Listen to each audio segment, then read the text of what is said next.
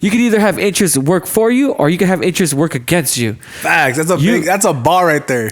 Bar. Hold on. Let that marinate. You can either have interests work for you, or you can have interests work against you. Damn, that's a big bar. Explain to the difference between working for you and working against you.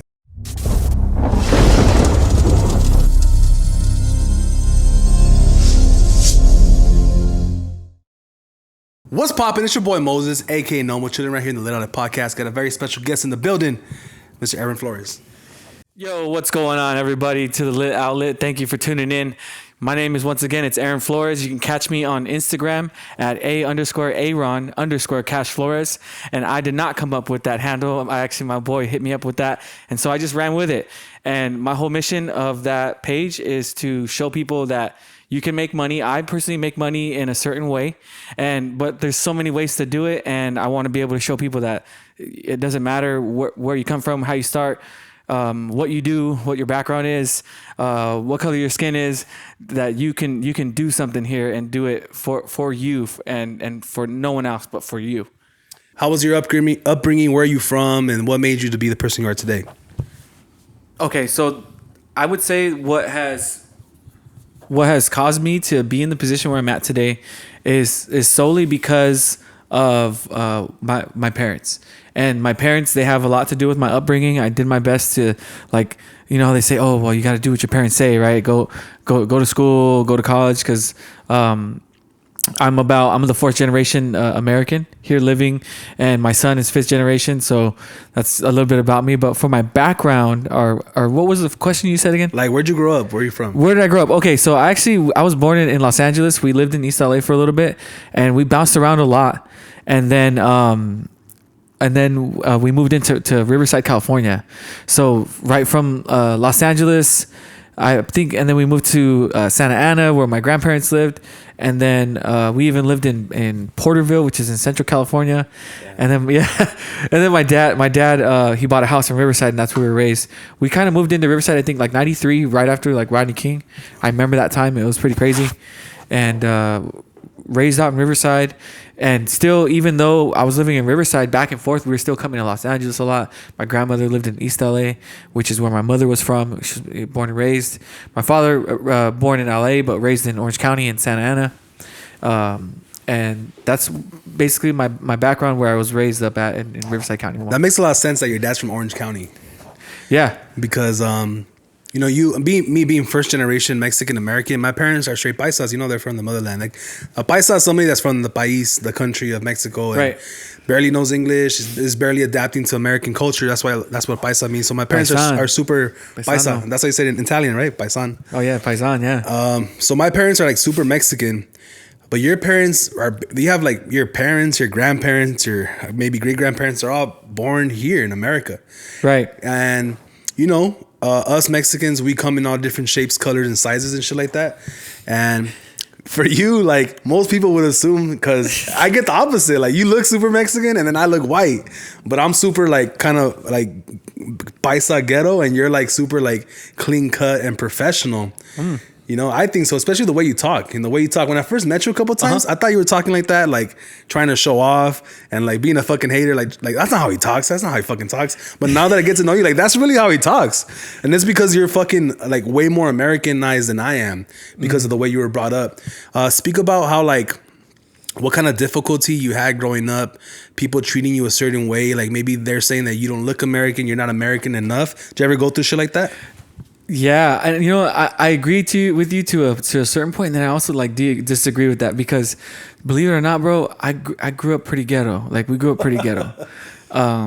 My mom from East LA, like, my mom, she has tattoos. Like, she's tatted. It says Su 13 on there, dude. Dang, and I'm just like, what? And so basically, when it comes to that side of the family, my mother, I guess when she was young, she was affiliated with the neighborhoods from the barrios, you know. And this is from East LA, and East LA has so much history. You guys understand that East LA, this stuff has been going on for decades. And my eldest brother, my mom's my mom's firstborn child, because my mom had 4 kids and my dad had 2 kids of his own when they met.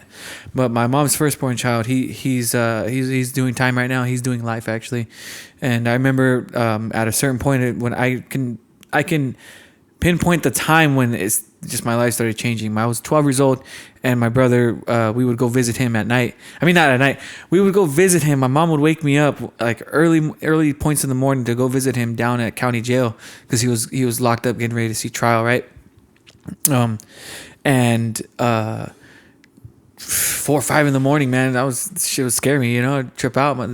We'd go visit my brother, we'd see him in the visiting halls, it's like, it's all concrete and glass, and my brother was, I guess, pretty crazy, and he had his arm, they have your arm shackled to the wall, and you pick up the phone with your other free arm, you know what I mean?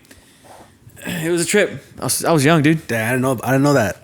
So you are a little ghetto. Okay, yeah, a little bit. And so don't let that properness fool you. I like I said, I just tried to freaking please my parents, right? Yeah. Because I think that's what every young man wants to do, right? We just want to make our parents happy. Yeah. Yeah, for sure. But it's not like a diss when I say that you're super proper. Oh yeah, no, definitely not. And especially with the field, the type of work, the type of work. No, you're welcome.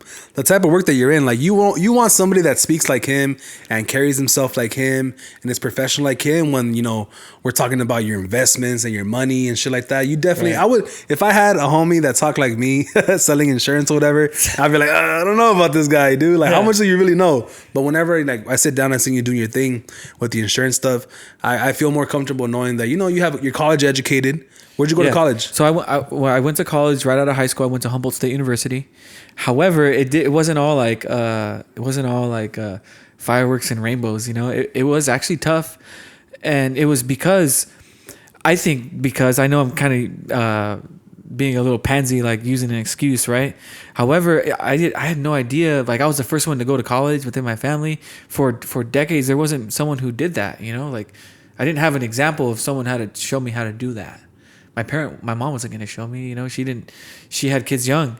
My dad wasn't going to show me. He graduated from high school. He didn't even go to his graduation.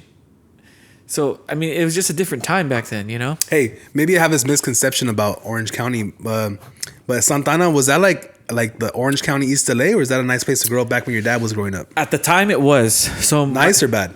It was nice. So my grandfather, he fought in World War II, and he was born in Los Angeles, and so talking 40s, 50s, Los Angeles was popping. And everybody was, just getting to it, having kids, making families, moving out. And so that was a suburb of Los Angeles at the time. Santa Ana, Orange, the beach areas, Linwood, Compton. Even Compton was never always bad like that. Yeah, Southgate and Linwood were mostly white, even up to like the 80s. Exactly. And then it wasn't until just, obviously, just call it what it is, the influx of people. Of colored people, of brown, black, not even that, Armenian, Jewish, like Los Angeles is a big melting pot of people. Yeah, and I think you said something earlier about like you guys moved to Riverside around the Rodney King days, which is 93. Right. So those are the days of the riots. Right. And my dad actually was he was in the United States National Guard. That's his bag right there. He was in the National Guard, and he was deployed on when those riots happened. Yeah, that's crazy. Yeah. Well, I think around that time they call it like the Great White Flight, where like all the white people or the middle class Americans moved somewhere else, and that's how you get cities like Riverside, IE, and San Bernardino. Yeah, and what's funny? Like, I've never heard of that stuff before. Until today, because of just how like things are just highly influenced, And when I hear that, that's why I kind of laugh about it, because it's like I thought just in America people have the freedom to move wherever the fuck they wanted to move. Yeah, you know what made me think about that is my parents bought this house in 1993, and you guys moved in 1993. Yeah, and we moved into the house that we live into in Riverside. And if you ever look back in it in the 90s, in like 1.96, Riverside was the most booming freaking city in the entire nation, I think, at one point. That's crazy. Yeah, and it had its other like highlight days too in the past. Yeah, like I remember like where this room is right now, there used to be all this concrete over here, and then my parents etched it like the date they moved in. You know, it was 93, and it's crazy because Rodney King 93, white people move out, and then my parents moved in. Because I always think like when did Southgate become a mostly Mexican city? You feel me? Yeah. And it's like Mexican, now, Hispanic, whatever. yeah, like minority based, right? Uh-huh. So like now that we're talking about this, it totally makes sense. Like the Rodney Kings, the riots, Yeah. maybe OJ has something to do with it. Yeah. And then people leave, and that gives people like my parents. My mom grew up in Watts, South Central, Florence District. My dad's mostly Pico Rivera and East LA. You know, it gives people from the outside cities. And then they hear like, oh, we got this house in Southgate. Like, damn, Southgate is nice. Opportunity. Yeah, my parents, they took their fucking wedding pictures at Southgate Park. Yeah. Because it was a nice, beautiful park. And I'm sure for them, it was like enticing to like, oh, we're going to move to Southgate. It's going to be a good neighborhood. A lot of white people live there. It's a good place to raise kids. But little did they know, all the white people were leaving, and what was coming was a bunch of bullshit. Oh, dang. I see that. I see. And you know what? And I see that perspective because I didn't live out here. Yeah. I didn't live out here during that time. You know what I mean? So that's crazy. When I was in elementary school, I got recruited into this program called AVID, right? And it was this program that was designed to send, middle income, first generation in the family to go to college. And I was like, oh yeah, I want to go to college. And I was all excited, whatever. So we got into that, and I went through it through high school, through junior high and high school. And I got into a university. And like I said, like I had no business going to a university, like straight out of college. Like I had no idea what I was getting into. No one knew what I was getting into, But like in what way? Like, do you feel like you didn't have the skills, like the education skills, the people skills, or what do you mean you didn't have no business? I wouldn't say the people skills or the education skills. In high school, I felt like I did everything I needed to do to accelerate. I always played sports, football, track, wrestling, Letterman's, all the bells and whistles, try to just excel, right? And so I went to school. I think for the most part, it was because my family didn't have money. We didn't have money. Like my parents together didn't even make over $50,000 a year. I saw their tax returns. I had to fill out all that stuff for FAFSA and all that crap and Cal Grants and everything like that. So I had an idea, the guidance, but I didn't know how to get out of school. You know what I mean? And I always knew that I wanted to be like into business as well because I like the idea of money. Ever since I was like little, I liked money. And even in high school, remember back in the day, like everything was all, oh, party crew. Yeah. So I got into party crewing and everything. And I got a bunch of my buddies. I was like, hey, so we're going to get some cash together. Everyone put in $20 and that'll get us a keg and a DJ to get going. And then we'll pay their DJ for the rest of the night, from the door. Cool. We did it. Dude, it was crazy, bro. It was fun. And we were young doing that, dude. What was the name of your party crew? It's always funny. It's cringy. Me too. When I think back of my party crew days, I had the same experience making money and being basically running a little business. But like the names of the party crews were just so outrageous, bro. We were doing we call it DMK, Drunken Mob Crew. That's way cooler than mine. Go for it. My shit was the Stud Muffins. The Stud Muffins. Hell yeah, dog. Crazy ass. It's one of those things that like.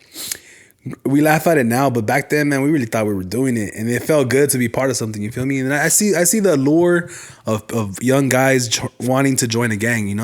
Trying to be a part of something because it feels good. The camaraderie, that's something else. It's like sports. Exactly, and I mean, you become more of a victim. I feel, in my perspective, you become more of a victim to gang membership when there's not a father figure in the house. A mom trying to have the security of a man to guide a young boy, a child, and I guess my brother just didn't have that opportunity. Yeah, it's I think it's really hard and almost maybe even impossible. I can't really relate, but a woman trying to raise a man in a man's world, especially back then. Back in those days, it was way more of a man's world. Nowadays, you got equal rights. And all this stuff to like level the playing field, but I see why there's a lot of guys that got caught up back in the day. Obviously they have some of it's their fault, but a lot of it isn't. Yeah. Systematically, you feel me? All right, so you grew up. But just to close that out, I think that the reason why I feel like I'm able to be more articulate with my words and speak properly was because I knew that I wanted to excel with my English and become a better speaker and communicator and just like use big words, like, I want to use big words. Use big words and be proper with, with my talking. Cause sometimes I would feel like I would feel pretty stupid. Like if I didn't know like simple certain words, Were your parents or your household mostly an English household or Spanish and English? It was English and Spanish and Spanglish. It was weird. Like I if you had to ask me, bro, to be PC, politically correct, I identify as Chicano because that's what like I was exposed to when I was growing up. I'm a California descendant of Mexico. Like that's right, Chicano, right? Isn't that what it is? I feel like Chicano was a big movement back in the 80s, 90s, maybe even the 70s. But like nowadays, I feel like people are like, they look at that word and they don't want to like, oh, I'm not Chicano. Like, bro, I'm a Chicano. I like Chicano. I like what it stands for. You feel me? Like, because it's at one point in time, it was kind of like a civil rights movement, like having being not looked down upon by the whites or the other ethnicities from the country. We just want our own and we want to be respected. Have you ever looked up like some of the history behind that? A little bit. Okay. Like the brown berets. Okay. Shit like that. So my mom, when she was going to high school, she was growing up in East LA. And she went to both Roosevelt and Garfield High School because she was bad, and I guess she got kicked out of one and went to the other. And so, yeah, dude. So she would tell me stories about how there were civil rights movements and how the Brown Berets, she would march with them in their rallies and everything like that. And I feel blessed, dude, to know about that stuff.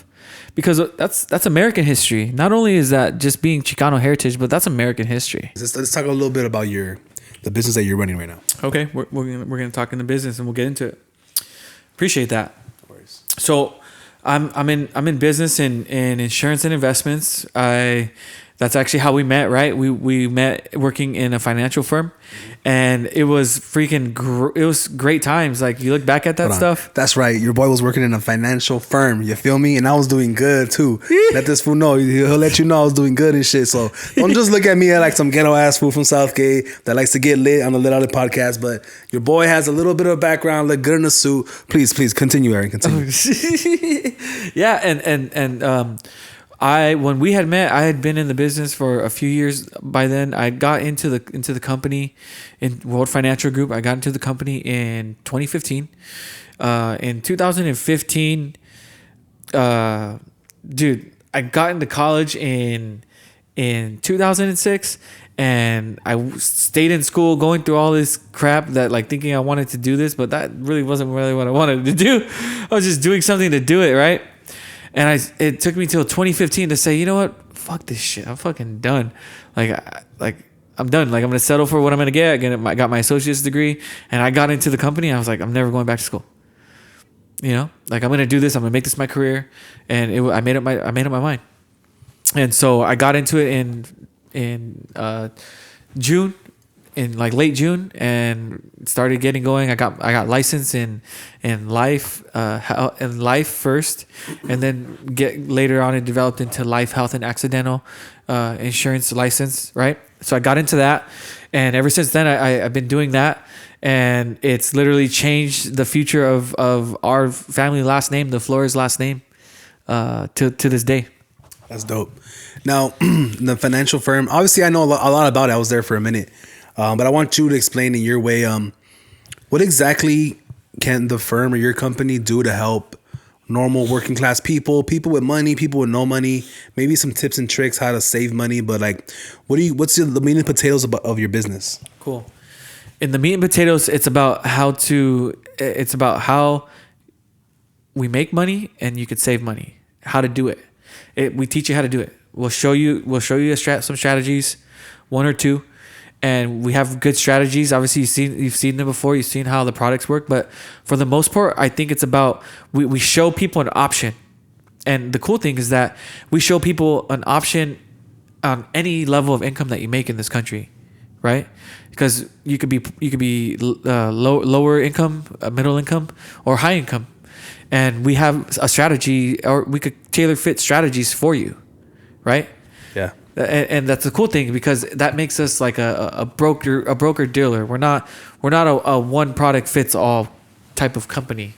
We can customize strategies and products if that's what you want, products. But I think for the most part, we give people an opportunity to practice free market capitalism, something that is very rare in 2020 today in the country. What's market capitalism? So like the free market, like meaning like we're free market to practice our profession. We're freely able to do it across the entire United States and have no cap to how many we can do or how long we can do it for. You know, like, you know how you ever hear people like, oh man, I wish I had more hours at work. Well, hey man, come get some work with us. There's all kinds of work. There's always work to do in our industry. Now, in your industry, or like say somebody wants to get started and want to dip and dabble or going full time, like what's the proper way of getting into the business, like the way you like in your business? Yeah. So in our business, it's kind of there's in a lot of businesses, right, in the country, like, oh yeah, you should just get full-fledged into our business. Like I learned the hard way. You know, I did that at a young age and it didn't work out. Only I think because obviously I didn't have good habits of saving money and being frugal with my money, right? Where it was going, how I was spending it. And so in order to get in our business, you have to get licensed, and that takes money, you know? So with whatever you're doing in your job, or if you're already self-employed, or even if you're a business owner already and you want to like have even more of your free time, there's an option for you. There's ways to get out of those situations. Getting into our company takes only a little bit of cash. It's a quick turnkey business, and you can immediately become profitable within our industry. Now, somebody out there might be like, you know what, maybe I'm too young to get into the business. Maybe I'm too old, I'm retired, or they're in the middle of their career. Like, is there an age limit, a perfect age to get into the business? I'll be direct. I'll be honest about it. I don't think there is an age to get into the business. I don't think there is that's just my personal opinion. I don't think there is like a certain like hotspot age to get in. Like if you know that you're eager and you're willing to make some money and you want to try things out. Like if I was young and I was broke, like I would be trying everything out. How to, you know, and that's one of the reasons why I have my channel on IG, is because it's to teach, you know, show people how to make cash flow. Like do whatever you're gonna do, but let's at least understand the strategy behind it, right? Yeah. So yeah, there's no sweet spot, but I guess in our industry, they say preferably 25 and older, which when I got into the company, I was 25 years of age and older.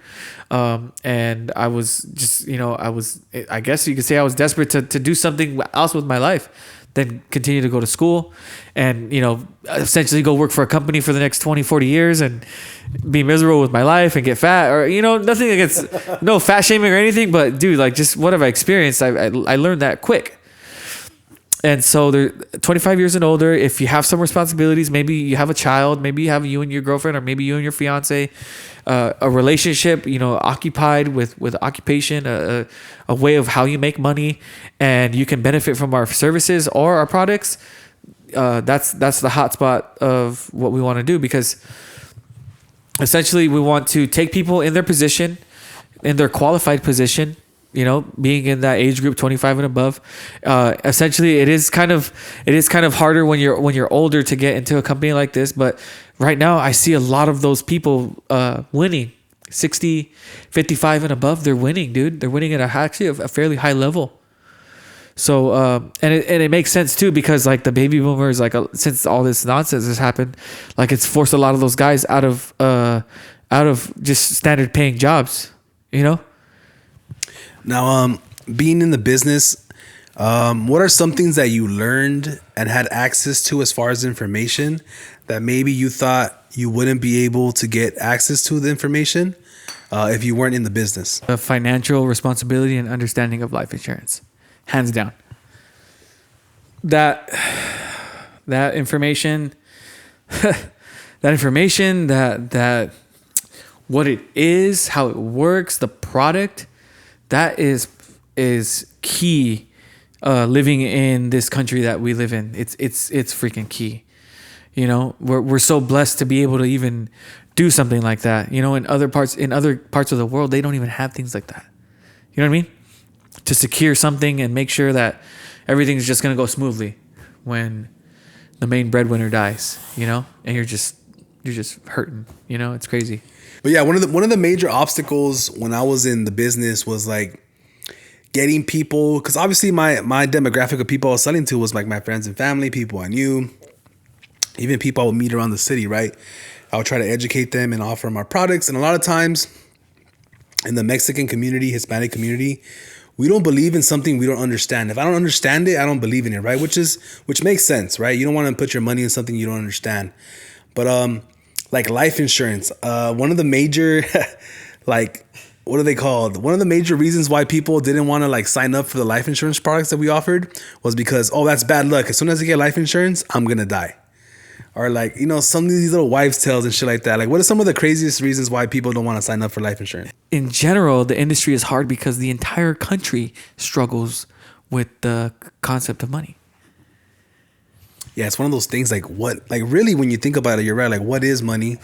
Money is like this imaginary value thing that holds value. It's a piece of paper that we hold value that helps us exchange things. Back in the day, what you would like grow fucking strawberries and you would exchange a couple strawberries with the guy who makes shoes and the guy who makes clothes and the guy who makes this, and you would like barter and exchange your resources, right?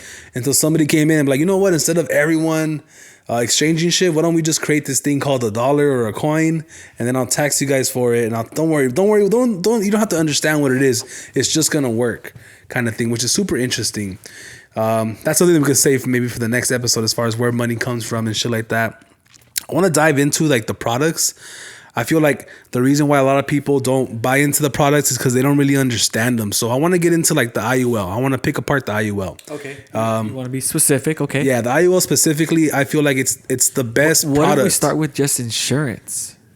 Okay, go ahead. What if we just start with insurance? Like, what are some of the things that you know about insurance? Obviously, you're way educated, more than the average Joe, right? But when you first started, like, what was something that you just understood about insurance? The only type of insurance I've ever had is like car insurance, right? You pay a monthly premium, and then if something happens, you pay your deductible, and then they fix your car to a certain limit, right? So that's the only experience I had before being in the business as far as like insurance and shit. So does that answer your question? Like pretty much. It does. I just wanted to know, you know, and because my idea of insurance, I kind of was familiar with it, being the American Mexican that I was or whatever, a damn kid, like understanding how things worked. I heard about life insurance before, like, oh, this is what happens when someone dies and everything like that. Because I think it was like my grandpa that had talked about it, but I didn't really understand it until I got in, and then I kind of, you know, was able to defer. Okay, well, car insurance, okay, yeah, I get that. Life insurance, this is a whole other thing. And then, you know, you got health insurance and all this other stuff, right? I remember I had appendicitis and I had to get my appendix taken out, and it wasn't for my dad working a blue collar job. He had medical insurance with his job. Like, I probably could have died, you know? So like, I started to understand, okay, well, that's how that worked, you know? But life insurance, it's basically a bet. You're betting with the company. Okay, I'll buy this amount of life insurance. I'll pay this much for it. I'm going to pay this much for it because the company's making the deal with you, right? I'm going to pay this much for it, but I'm betting you that I'm going to die within like the traditional insurance is term insurance. I'm betting that I'm going to die within this 10, 20, 30 year period. Okay. Yeah, let me break that down real quick for the people who don't understand. So there's basically two different types of insurances. There's term, and then there's whole life or... Term and permanent. Permanent. There you go. Thank you. Term and permanent. So term is like a term. Like a president serves a term, usually 4 years. There you go. Or 8 years. A term. Like term just means for a set amount of time. This much time or that much time. This is what term means, okay? Fucking 10 years, 20 years, or 30 years. That's term. Okay. Yeah. And then the other one is permanent, which is like the for the rest of your life, which we'll get into, right?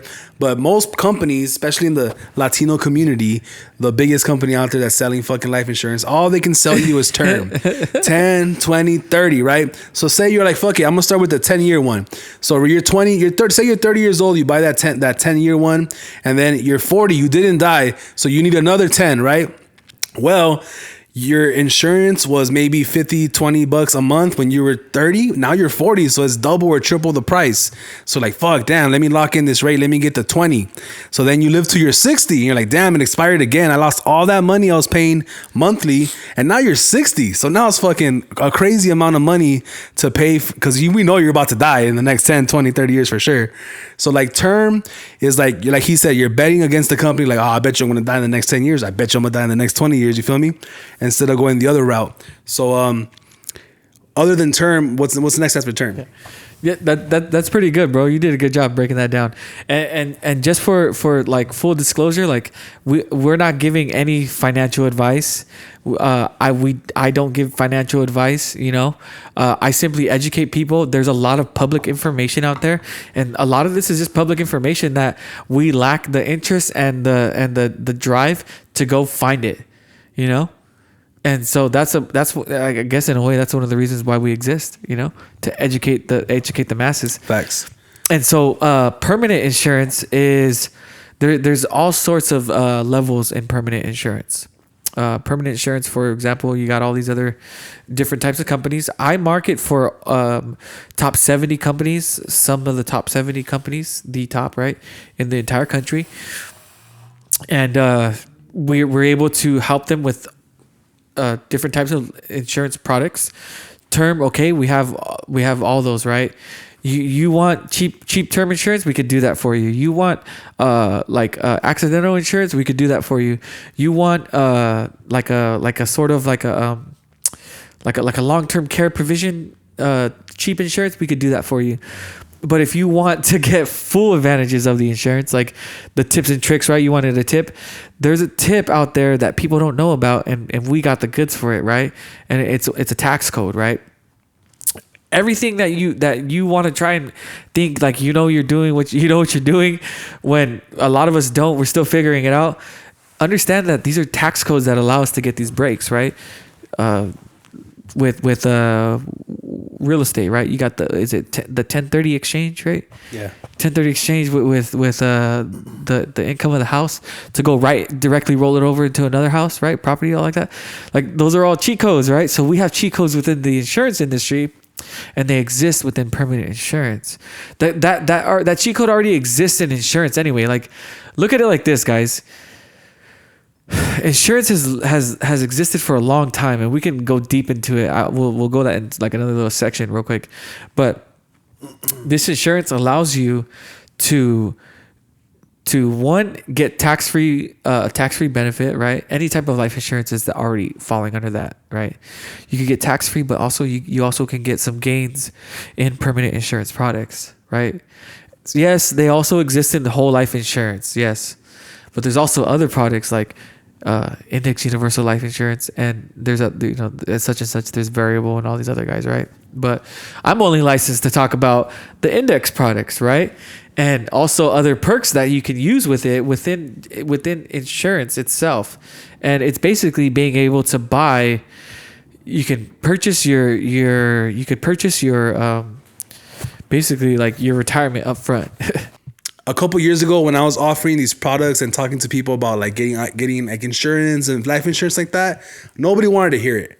But like a month ago or 2 months ago, Waka Flocka came out with like a clip of Waka Flocka surfaced on the internet. Maybe it was like 2 years ago. That clip's actually old. Yeah, when it was at the end of the Struggle show. I used to watch that show, where he says that ever since he used to like make money and then spend the money until someone, I think he said that Donald Trump told him, right? A rich old white man told him that what you could do is you could set up a whole a life insurance policy, put money into it, and whenever you're gonna buy something or you need money, you go in there and you borrow from yourself, and then you pay back yourself, and you make interest off yourself. And then he goes, I never spend my own money anymore. I just borrow from myself. And obviously now that it's popular, pop culture, people want to know about it and you know, do shit and actually want to like buy into it. But when little old Nomo was telling you about whole life insurance, y'all didn't want to hear it. So what are some of the benefits of that? Maybe we don't know exactly what plan he had, but like, how is life insurance helping someone like Waka Flocka and can also help the normal working class person like us? Definitely. That clip, I remember seeing that clip as well, so I know what you're referring to. And so that clip, he's talking real.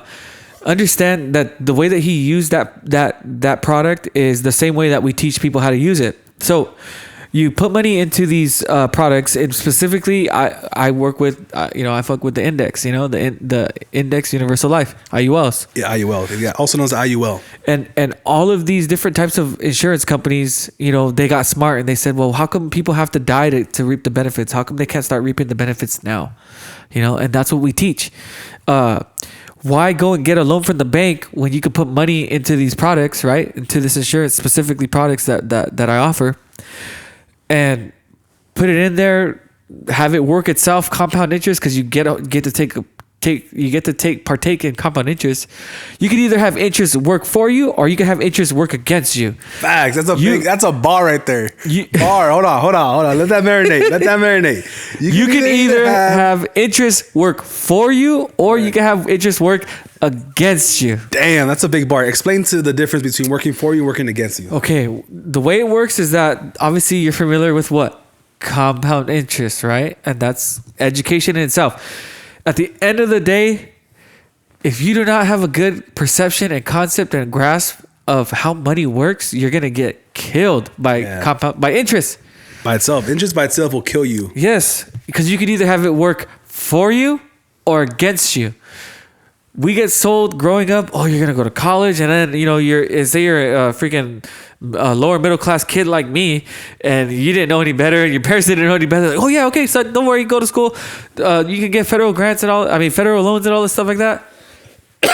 Guess what? The interest works against you.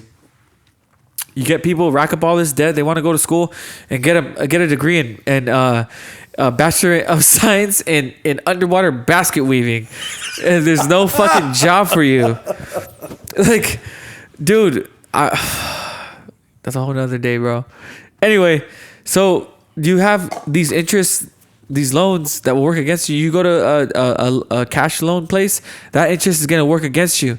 You cannot outwork compound interest. You can't. Unless you got businesses making cash flow for you. So you gotta have a strategy on how you're gonna make money. Yeah, and like I think I want to talk a little bit more about the interest part. So let's say interest. Yeah, so interest. Bad debt, shit gonna work against you. Hey, we buy cars, that works against you. You're paying the interest on the loan. So most of the concepts too, and one thing that we develop within our company, we teach, hey, pay yourself first. Every time you get paid, you pay yourself first, and then you can even put that money into an account where it's gonna gain interest, because your money doesn't gain any interest in your checking or your savings. There's even people who pay like a monthly fee, because I think Chase does it, where if they don't have enough money in their account. If you don't have enough money in your account, you get taxed like $5.30 at the bank. What? Jesus Christ, that's crazy. Banks used to give you compound interest back in the day, right? Really? Yeah, 5 to 10% if you open up an account, a checking account with people. Bank of America, Wells Fargo, all those guys, they used to give interest on the account. Why do you think interest nowadays, as the dollar got turned to shit, that these banks were like, well, shit, we're not making any money on this money, So the accounts that we work with, we offer, some of these accounts have uncapped interest rates that you can get credited on your money. Uncapped. I think going back to the Waka Flocka thing, like obviously he made a shitload of money off rapping and shit. So he took some of the money and opened a huge ass policy. And some of you might be all like, well, I don't have $30 million, $5 million, $1 million to open a policy like that. Well, the thing is about education. If you start off as soon as you turn 8, you can even open these policies for your kids, right? You put a little bit of money. I got one for mine. You put in a little bit of money on the top of the hill, of the mountain. You roll down a little snowball, can turn into a huge avalanche very quickly with compound interest. So by the time your kid is like 18, 25. He wants to go to college. You don't have to pay for it. He could pay for it himself. He wants to open up a business, whatever. He does it himself. Borrow from his own account. That's why this education, I fuck with it. I fuck with the company. I fuck with everything you do. That's the reason I have you on the show, because there's things that we can teach ourselves and we can learn from one another that'll really benefit us as a community in whole. We all just understand it, because this is what the old, I guess, rich white people have been doing for hundreds of years. It's like they put their money in the insurance company and they borrow against it. And then they create a trust and they create this. They have their wills set up and shit like that. It's all about playing by the rules that are already applied to ourselves. And a lot of time, what do we want? We want to have paper bag money. Ooh, he's on fire. Mattress money. We want to buy cars. We want to buy doing this. And we've all fell victim to it. Shit, I drive a Maserati, motherfucker. Shit, I fell victim to it too. I've always wanted that car. I had some money. I'm going to go get it. You feel me? But to be smart is to stop. That's not do work. Know what I'm saying? So like, basically getting back to it is like, yeah, maybe you don't have $1 million, $2 million, $3 million to open up a whole life and to start borrowing money against it. But it just takes a little bit of an understanding, a little bit of education, where you can get your foot in the door for as little as like what, $50, $100, depending on what you qualify for, you know, because some of it depends on your health and how old you are. Yeah, that's a part of how the insurance works too. Yeah, because it's all connected to each other. But let's talk a little bit about, because you have policies and these vehicles and these products that actually helped you and your family personally, right? Let's talk a little bit about that. Yeah. Okay. So, for example, I mean, most of for the basis, I first started out with term insurance. You know, like I was at a point in my life, 26, just got out of school. I decided I wasn't going to go back to school and I was going to make this my career, and I was going to I was going to make the sacrifices, dude. I got rid of my car. I had a car that someone sold me, and I freaking got rid of it when it broke down, and I had dreams of like fixing it up, you know. It was a freaking Ford Explorer. It was a pretty badass ride, you know. I wanted to fix it up. Had some balls, right? But anyway, I sold that to just get ahead, you know. And I remember I could only afford like a $14 a month policy, you know, just to have some insurance, right? And then as it gradually, you know, got up, I got able to start saving some money. And then I started telling, you know, my immediate family, my parents, I knew that they didn't have life insurance. So one day I had the money, and I helped my mom and my dad get into a whole life policy, which they have right now. And we recently cashed out on the policy for my dad because my dad died. Yeah, it's crazy. My condolences to your family about your dad. Yeah, and so that's how that works. And then on top of that too, with these investment grade life insurance policies and the IULs, I have one set up for my child himself, you know, so that way he can get the compound interest, he can learn about money. So that way, hey kid, you know, me and your mother, we've been saving up for you for this many years. You have money to pay for school. You want to go to school? Go. You know, I didn't have that when I got the chance to go to school. I just had to work with loans, and that's why I'm in debt, you know, and that's why I'm actually actively working in clearing that debt, you know, paying it full, whatever, or how to get rid of it, you know, pay for the consolidation or for some people, like when it comes to debt, you can consolidate, or you could even just straight like liquidate for a certain flat rate and stuff like that, negotiate. What are some people might say like, oh, maybe I'm unhealthy, I'm too old for insurance. Like, what are some of the misconceptions about being able to qualify for an insurance policy? At the end of the day, that is why the product works and how it works.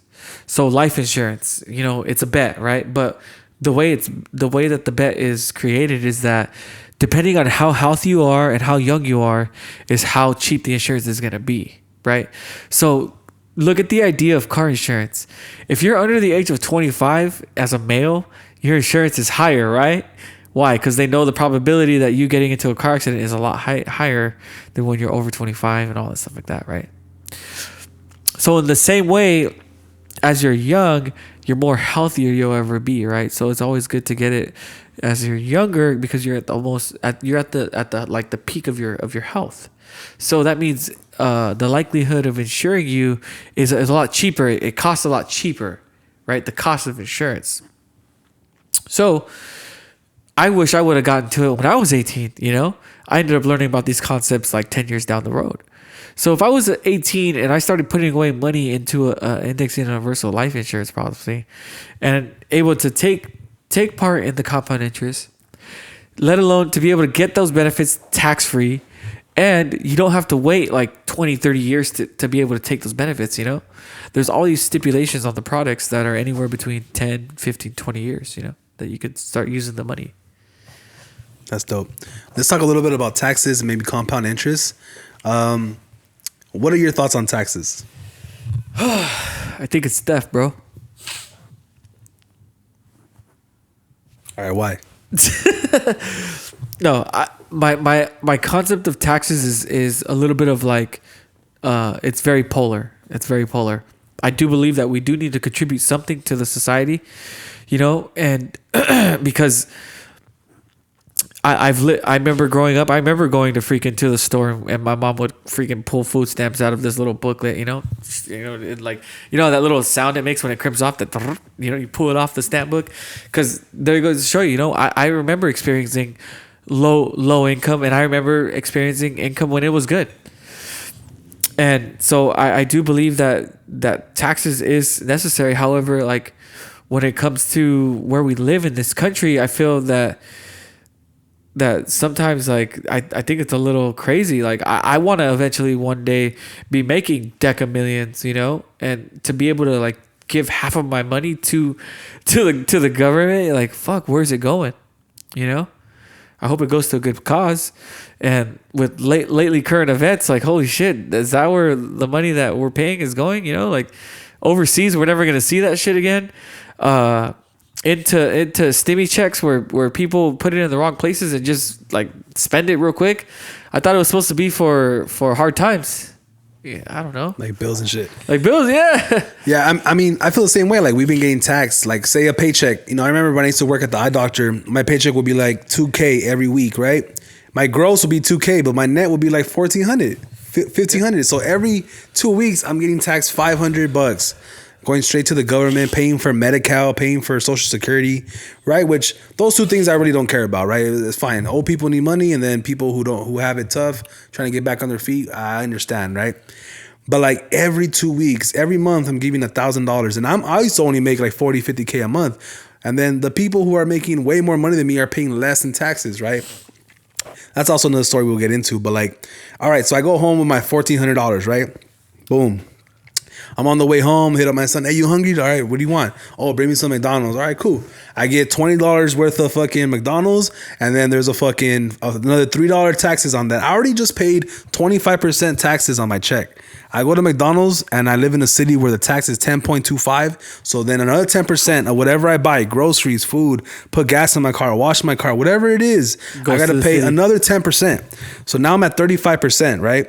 All right, cool. So then I want to pay my light bill, my rent, whatever. I want to pay my credit card. I want to go buy. I need clothes. Boom, another 10%. Right. So now we're at 45%. So everyone in the country is making money, right? Working their 9 to 5, but at minimum, whatever money you make and then whatever you get left over, you're getting taxed 1, 2, 3, 4 times at a time. Okay. You feel me? And you're right. Where is this money going to? Do we really know?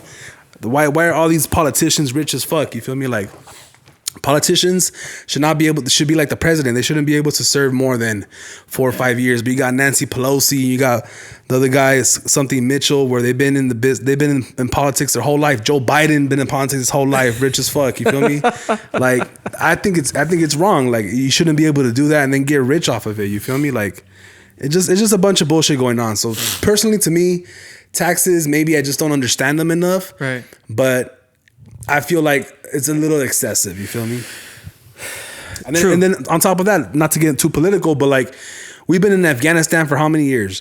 20 years, right? And then whatever happened in the last 6 months where we had to get out of there, and then we leave our planes, we leave our guns, we leave our embassy, we leave our people. Like, all that didn't just show up out of thin air. We paid for all that stuff. It's like you break up with your lady. We're still paying for it. Hey, you break up with your lady, you're going to go back for your PS5. You're going to go back for your TV and your Jordans. You're going to go back and get your shit and then bounce. Fuck it. If she throws it out in the front lawn for you, fuck it. Make it easier to pick it up and go. But you're not leaving all your stuff, at your ex's house. So, like, I don't know, dude. Taxes and this whole thing is a little ridiculous. I think so. Yeah, I agree. And one of the problems is because us as, middle class, lower class citizens, like that is a part of the problem. We don't understand how money works and how taxes work. We have to be, once you can understand that, wrap your head around it, wrap your arm around it, grasp it, go experience it for yourself. Like you don't gotta sell insurance. Go freaking be a middleman for a car deal, or go be a middleman for a house. Go be a middleman for a plumbing job, or something. Be like, hey, I found you. Charge someone for a finder's fee, and understand that every time you make money in this country, you gotta pay some sort of tax. Do you want to be on the receiving end of it, or do you want to be on the lower end of it, right? Because there's something called the cash flow quadrant. Have you heard of that before? You're familiar, right? It's what we teach. It's a part of what we teach. It's because it's about money. It's by some guy. Shout out to the Rich Dad podcast, Rich Dad Poor Dad, Robert Kiyosaki. Like, he has so much value. And I remember when I was handed the Rich Dad Poor Dad book, I was young. I was like 17 years old. My dad's friend, he put it on me. He said, hey, give this to your boy. He'll like it. I picked it up. I understood a little bit about investing, and doing it at a young age. And you know what I did? I not threw it away, but I put it like in my desk or whatever. I was like, I'm going to college. I'm gonna go play football. I'm gonna major in chemistry. I'm gonna be all right. Like, you idiot, So, I finally, once I got into the business, I started educating myself more about how money worked, and I'm like, okay, well, shit, like 1099, like, okay, that's how you make money. I never knew about how, like, that's how you make money. You can make money that way too. And within a 1099, there's all these different benefits that you could take advantage of, and basically these benefits are tax benefits, and so, like, let's go there. Remember when they're like, oh, we just released Donald Trump's tax return. He didn't pay that much in taxes, right? But it's not his fault. He's smart. Like he said, like when he was having that debate with Hillary Clinton, and Hillary Clinton was like, yeah, and that's why she was like trying to yell at him and telling him something, and he's like, that's because I'm smart. And everyone was like, oh snap. It's true. Like, we can't hate on people who are living rich because we're not living that way. Like, they're the ones who took the risk. Like, you dabbled into, how to make money, dude. So real estate, insurance, they're kind of go hand in hand. You saw what it took to make the cash, Yeah, facts. I mean, I dabbled in both, right? I was in real estate for about a year. I was in insurance for a year. So I'm not like the most like educated in both, but I dabbled and dabbled. I definitely got to see what's going on behind the curtains. You feel me? And a lot of these people that are really making power moves and owning properties and owning businesses, they know their shit when it comes to like taxes, investments, saving their money, where to hold their money at, not in the bank, shit like that. Yeah. So I think a big part of this podcast, of this episode, was I wanted to, just spark a little bit of interest in you guys, as far as like, there's much more out there than just working a 9-to-5, going to school and having a career, paying interest, borrowing. But one of the biggest thing I want you guys to leave this episode with is like, there's other options than just borrowing from the bank, borrowing from your credit card. There's other options out there. There's more options. There's things in place that have been around since way before crypto, way before NFT, even though that's the new wave and everything. But there's these things that have made millions of people rich, that have been in place for hundreds of years, maybe 100 years. And we think that they're so... Life insurance, dude, has been around since like the slave days. That's where, in a way, like the idea of getting insurance came from. Slave owners, they were like, oh, well, I want insurance on my property, because slaves were property, right, of a human. So they would get 100% of a slave, right, of what it's worth, but a slave's vote was only worth 2/3 of a man. Remember that? Like, that's history, So one of these companies too it's an insurance company. It is what it is. It's a part of history. New York Life, New York Life Insurance Company, it gave insurance to to slave owners for their slaves. Damn, that's crazy. I know that. That was insurance on a life. But like, that's a trip. But yeah, we just want to shine a little bit of light on the money. So some of you may think like, oh, I don't know how to get started with the Waka Flocka plan, or I don't know how to get started with the insurance plan. Well, I brought Aaron to the podcast. So if you want to get in contact with Aaron, you can either find him at the description down below. I'm going to be tagging him in all of our posts and all of our reposts on when I drop this episode. But just tap in with him for two things, and I'm gonna break bread. You can even bypass me. Fuck it. Don't give me my finder's fee, even though I introduce you to him. But you want to join the business and start your own business and be like Aaron and be able to help people and educate people. He can help you with that. Yep. You need a plan for you, your kids, your parents, your auntie, your tia, someone who's sick, someone who's completely healthy. He can help you with that. You want to start investing or saving in a type of vehicle or a program or something where you can borrow from it later to start a business. He can help you with that. You can you do even health insurance plans too, right? Yeah, appreciate the plug. Yeah, so it's not so I'm licensed in life, health, and accidental. We can customize programs for you. One thing that's really hot today with all this COVID mumbo jumbo is the idea of long-term care, right? If you got terminally ill or you got critically ill, you'd probably go to a hospital or a facility where you needed care for probably the rest of your life in the case of you're a vegetable or whatever. So not only is life insurance called life insurance for a reason, but it's to upkeep the lifestyle that you had or provided, right? So you can attach that with long-term care, life insurance, and also get some cash value. And it's a great way to just look at basically your safety net. That's a big one too. I think that's something new. Bless you. Bless you. That's something new that I wasn't sure about, but that's also a huge point. Let's say you get sick and you gotta be in bed all day. Who's gonna come clean your ass and wash you and take out your bucket of piss outside and feed you? If your wife or your mom or your dad has to come do that for you, you're taking away from their life. First of all, they have to leave their job to come help you. So that's obviously costing money. So he's just saying that he can involve a plan or a stipulation in your policy where if something like that would have happened, you got something set up to help him out. At the end of the day, I feel like I exist because I'm here to solve real life issues. To elaborate on that, my dad passed away. My dad died. Let's call it what it is. Because dealing with grief and everything, I learned why call it pass away? That's the subtle way. That's the escape from reality way. Yeah, passive aggressive, PC. You get what I'm saying? Call it what it is. Be a man about it. Be real about it. Live in the world. They died. Right? However, I was given an opportunity, right, to provide them with life insurance, which I remember when I first had my first training appointment with my mom and dad. My dad was like, "Oh, no, I'm cool. We got everything figured out." Which in a way, he had things figured out, but he didn't have life insurance. 65 years old. In 2019, July, he signed that contract. He said, "All right, son, finally, after 4 years being in the business," he said, "All right, son, finally, okay, you write it up. I'll sign it." I said, "All right, motherfucker, sign this. We're doing this shit today. Sign that shit, Dad." He signed it, bro. And little did I know, no one knew that this bullshit was gonna happen, right? That they were gonna shut the freaking entire country down and tell people that have been doing their shit for 30, 40 years to tell them you can't do it no more. What do you think is going to happen to them?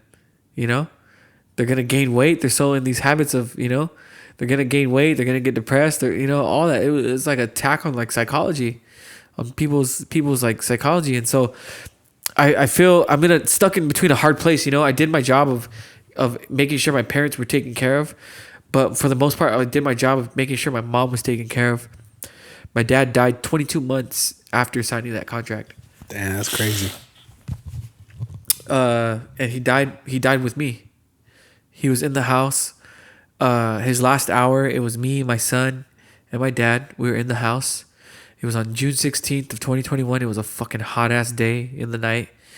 I had just woken up from a nap. It was probably about almost 8 o'clock. It was like 7 something, 8 o'clock, and my dad was like turning up the fucking volume of the TV.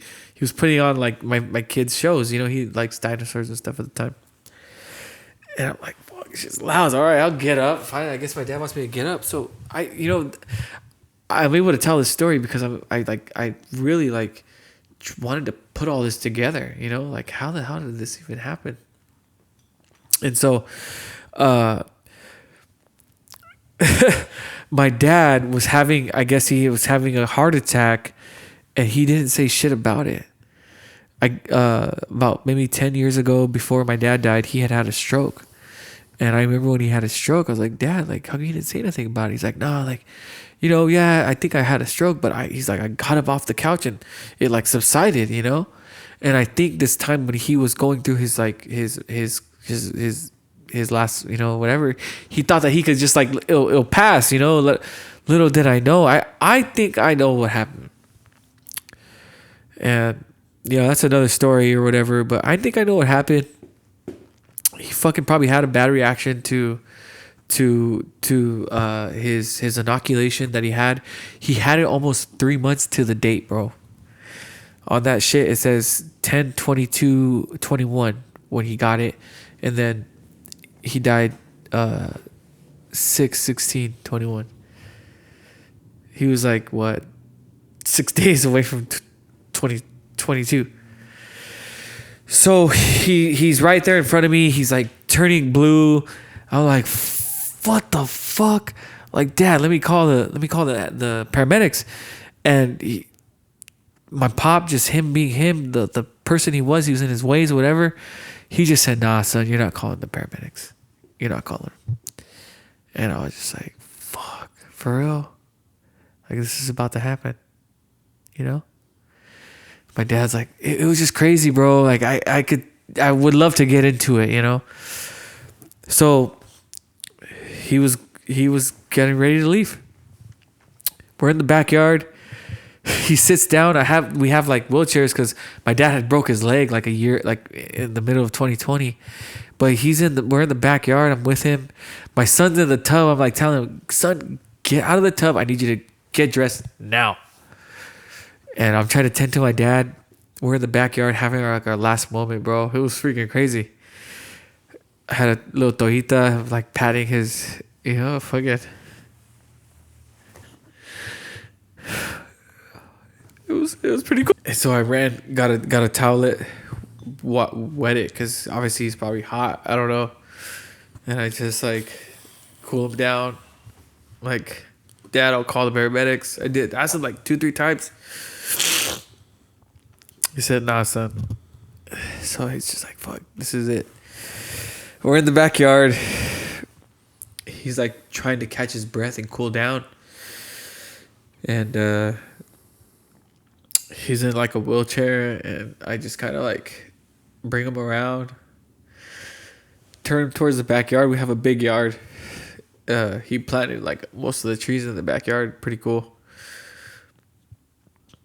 And he just like takes like his last few moments, bro. Me and him, we had our last moments together. And I look at that as like a blessing. Like, every man on the face of this earth deserves to like be with their father in their last moments. And I look at what's going on and what has transpired, whatever. Everyone knows the truth. They just choose not to acknowledge it. Like, there's people that died in hospitals and they died alone, dude. I'm so glad that I did my best. I did my best to say, no, we're not fucking going along with this shit. We're not going to do this shit. But my dad did it because he was scared. You know? He was overweight, whatever. But I just couldn't believe that he was really that sick, dude. No. I couldn't believe it because like, my dad, he fucking worked. He was always moving. If things were different, if he would have kept just moving and like he lived to work, dude, he'd probably still be here. So he finally is just like takes his last breath. He like shoots up out of his chair, bro. I've never seen him move so fast. Shoots up out of his chair, runs through the house, runs into his bedroom, and wants to like hop into bed and tries to hop into bed because obviously he wanted to die in his bed. And his last moments was like trying to get me and him. He was trying to get in there. I was like, oh shit. And my dad was like short guy but overweight, so he was trying to get into bed. And I'm like, fuck. Like I'm trying to wrap my head around it. I was like, fuck it. I called the ambulance and I'm getting on the phone with them late. My dad didn't make it fully into the bed. He falls out of bed, and that was it. I think that when he had fell out of bed, hit the ground, I think he died. Like, I think he just, I don't know what it is. No one knows what it is. I think he left, right? Maybe he didn't. But I went down. I tended to him. I grabbed his head and kind of laid him down, and I started giving him CPR. And I felt like I was connecting with him, giving him oxygen. But then once I noticed his body was like going into shock, like convulsing, like they say, like once you die, like everything like starts just like trying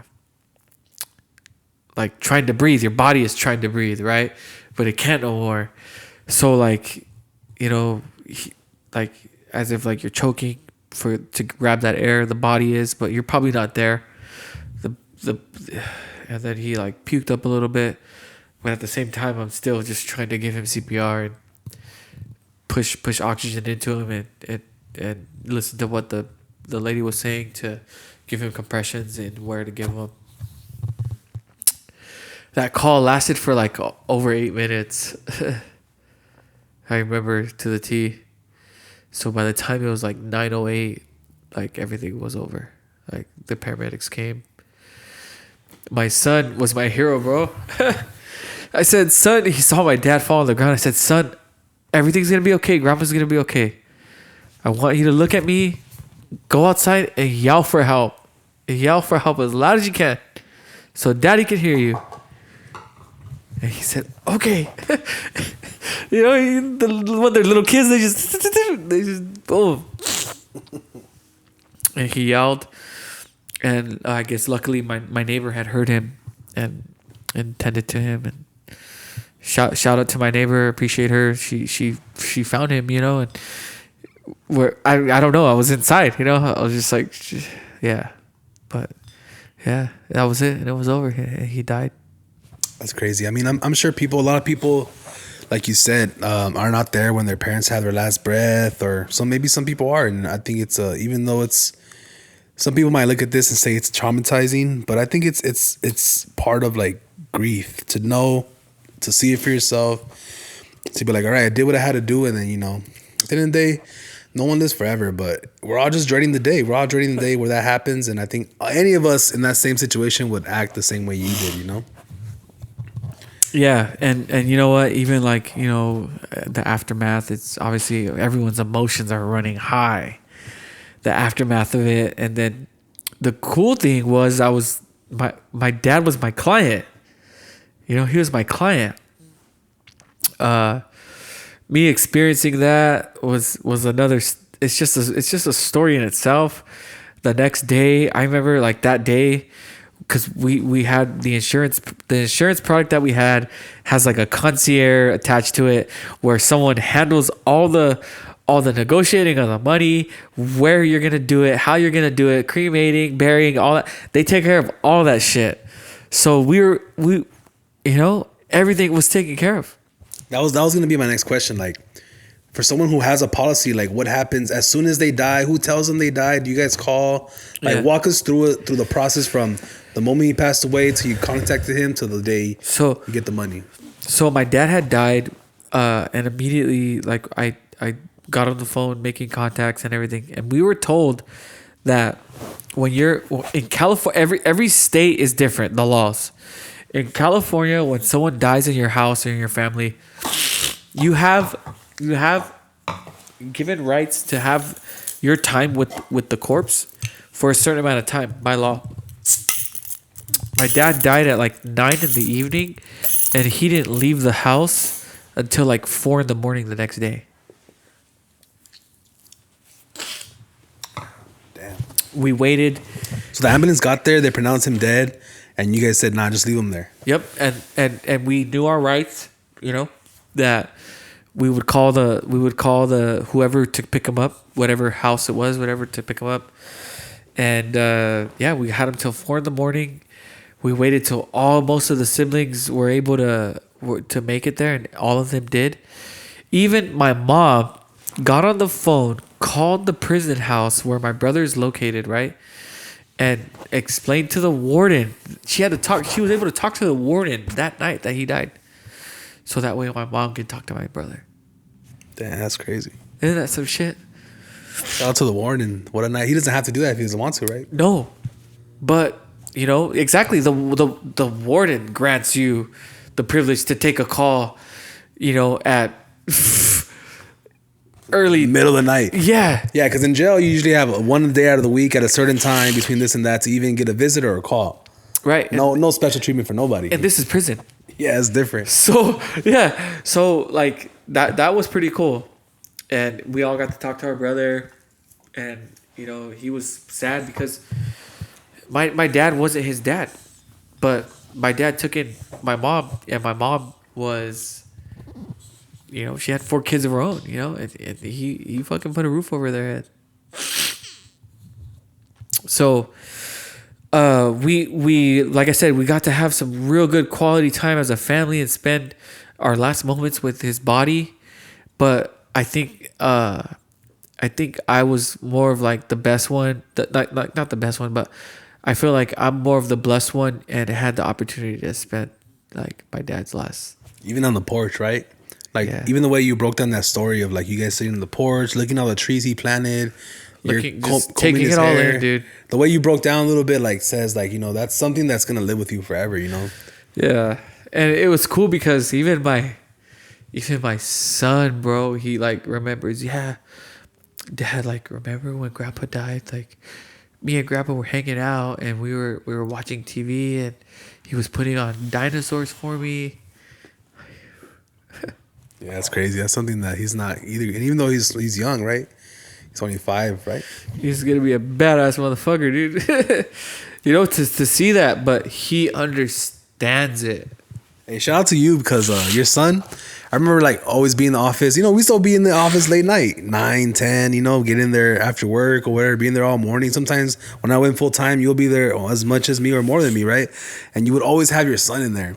And I thought it was always super cool to have, like, imagine being like 3, 4, 5 years old, growing up, being part of like the financial firm. He was basically like the little mascot, right? Like, he would like talk to everybody in a business environment. Yeah, like he was in business. He like, oh, everyone wears suits, everyone has business, everyone has meetings, and then he would talk to the other little kids. Other people would bring their kids to the office. Yeah, I really didn't really take my son, but it's a trip. Like what your son has gone through is like you're basically building like a little champion. You feel me? I want to commend you. I want to commend you. It's a good thing. It is a positive thing. Yeah, and I appreciate that. I appreciate you acknowledging that. Thank you.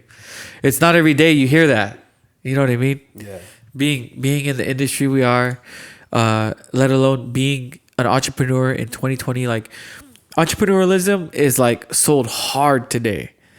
And people get a taste of it, and then they get their ass kicked, and they're like, "Oh, nope, I'm going back to my job." Yeah, I'm out.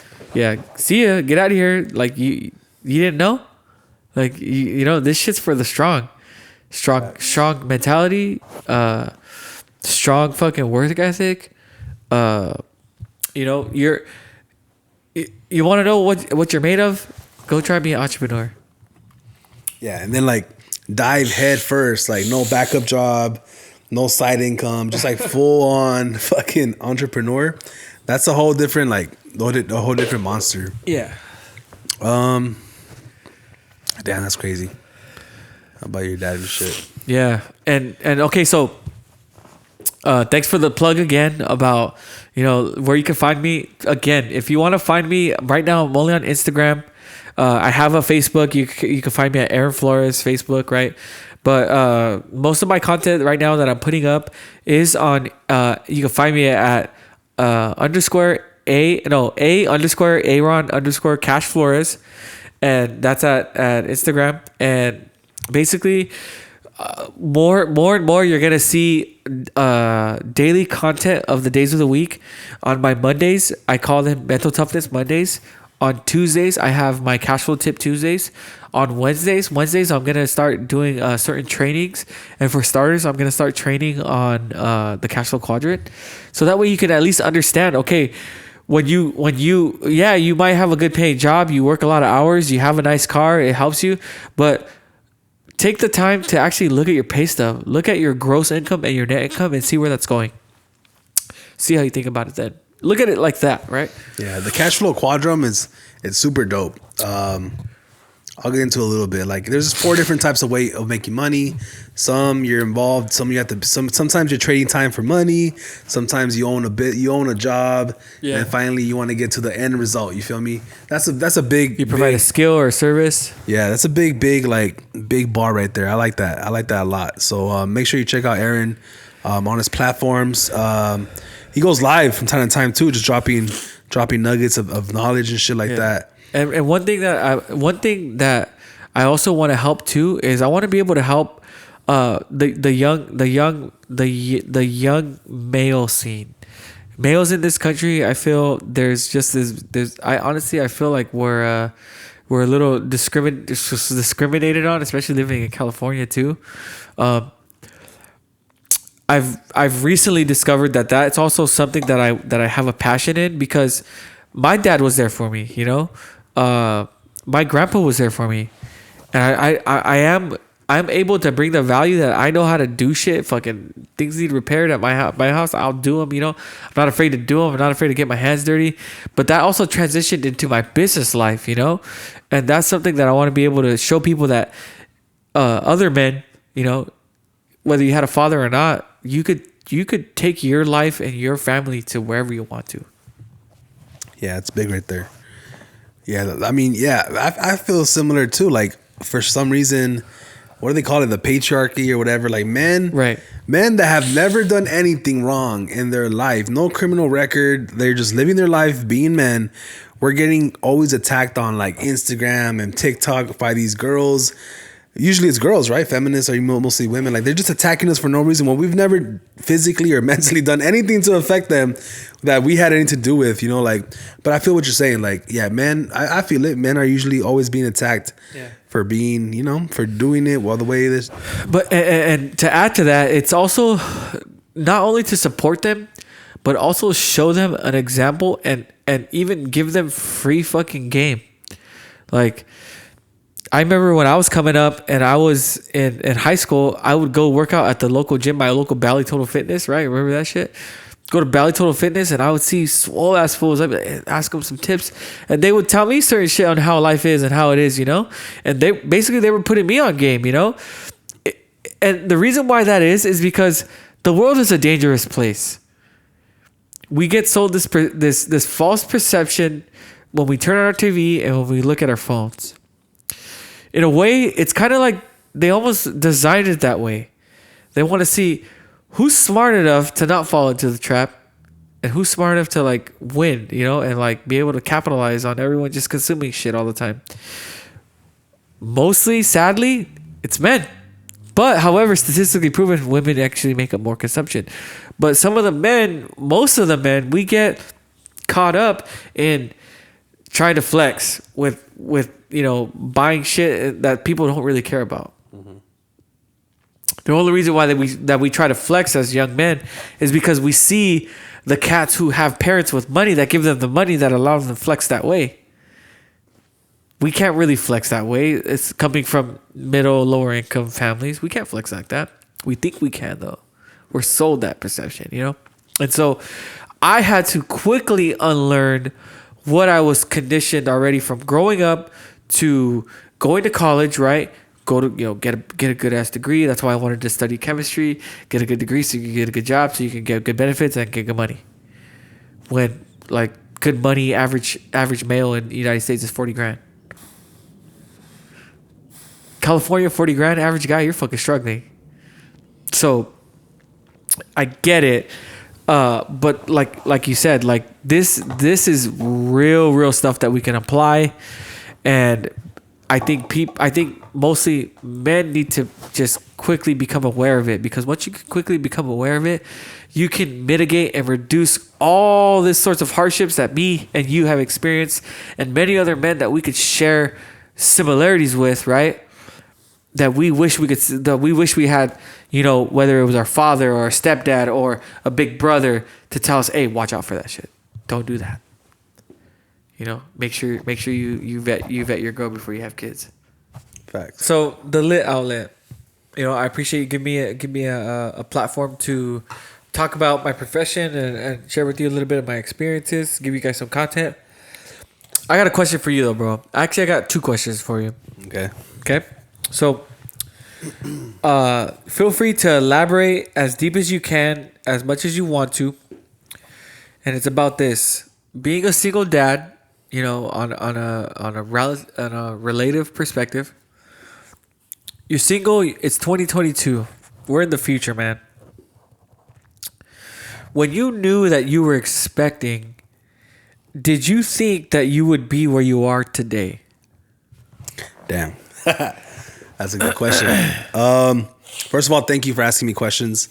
You're like the second person to ever ask me a question on my podcast, which is, I think it's dope. Having 2 people have a conversation. That's usually what I want my podcast to be: 2 people talking. And sometimes these podcasts get a little bit one-sided.